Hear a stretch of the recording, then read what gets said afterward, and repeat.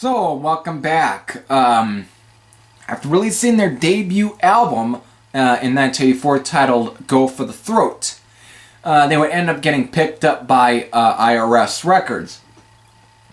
But they were recording their follow-up album when they were still signed to Auburn.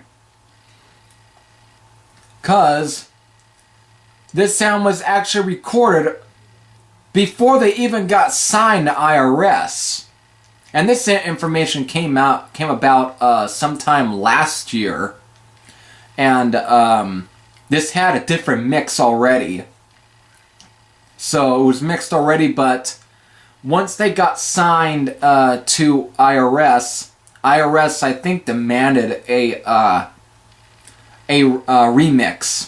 So the album was remixed, and what was released was a remixed version of it, and not the version that was supposed to have been released. But that was on the demands of IRS Records.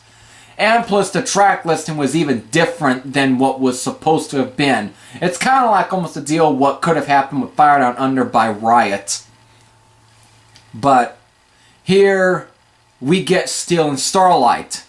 Now, by this time, the sound isn't too far off from the debut, but it's definitely progressed from here. The album starts off with a re-recorded version of Go Down Fighting, which is a 10 times better version than appeared on the Cleveland Metal Comp.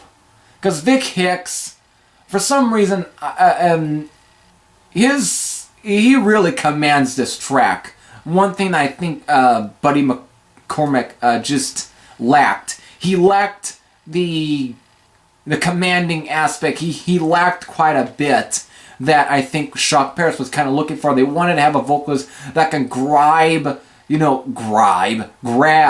listener by the jugular with fucking force. And that's what you get with Vic Hicks. This guy has definitely a great voice, and from here on, Tokyo Rose, Exhibit A, Hot on Your Heels, Lost Queen, On Your Feet, Rocked Out of Love, of course the title track, which was released as a 12-inch single, and was also released as a flexi-disc single. But this whole album is definitely great. This is a great track. But if you got the CD copy of this album, you would get a bonus track titled Streets of Pleasure, which was actually released originally in 1985 through it was released, it was a comp. Metal Madness, I think, was titled. And it had a little bit of a different mix in here than what's featured on this album. But still, I don't think it's the same mix that was, that was supposed to have been for, the Steel and Starlight album that Auburn was supposed to have released. Yes, Auburn was supposed to release this album, but IRS picks him up and demands a fucking remix. But still, good album, good song as well.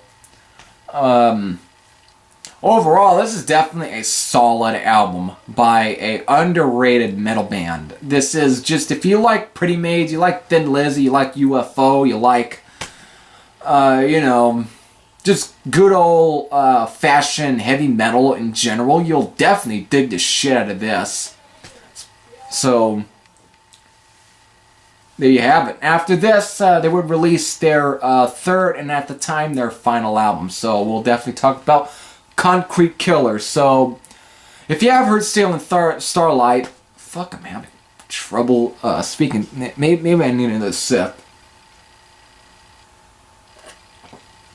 If you have heard this album, what are your thoughts? If you have any thoughts, post your comments down below. This is Heavy Thrasher saying, I am out. And it's time to talk about the next album. See you on the other side.